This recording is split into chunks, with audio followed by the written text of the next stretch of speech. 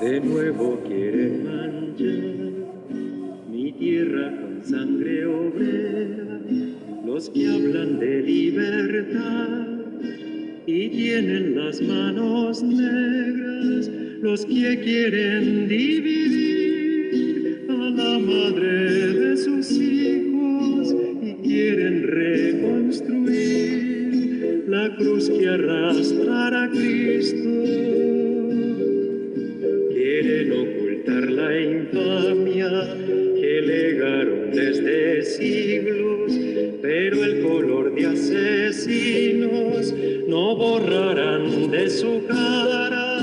Ya fueron miles y miles los que entregaron su sangre y en caudales generosos multiplicaron los panes.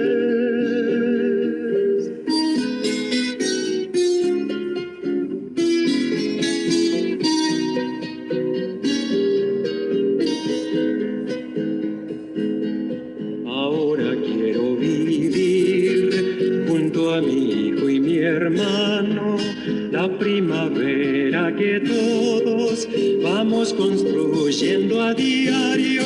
No me asusta la amenaza